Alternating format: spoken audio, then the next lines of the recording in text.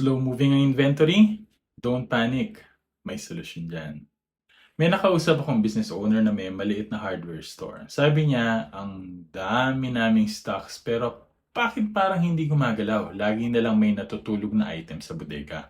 Nung chinek namin, tama siya. May mga produkto na 6 months nang nakadisplay pero hindi pa rin nabebenta. Ang ending, nakastock yung pera sa inventory imbis na umiikot for the business. Bakit? Kasi wala silang real-time system para makita kung alin yung fast-moving at alin yung dead stock. Manual records ng lahat and then minsan, late pa yung updates. So ang ginawa namin, we used accounting automation tools na nakasync sa inventory system nila. Every sale, pumapasok agad sa accounting records. He had enough data to see kung anong items ang mabilis maubos at alin yung halos hindi gumagalaw.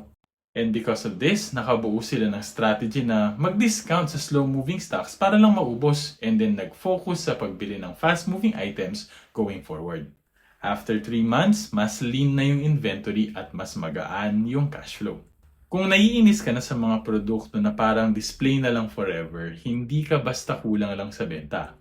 Kulang ka sa data to make a better strategy. This is the power of accounting automation. And if you're interested to know more, send us a message. Laging tandaan, basta accounting, i-automate na yan.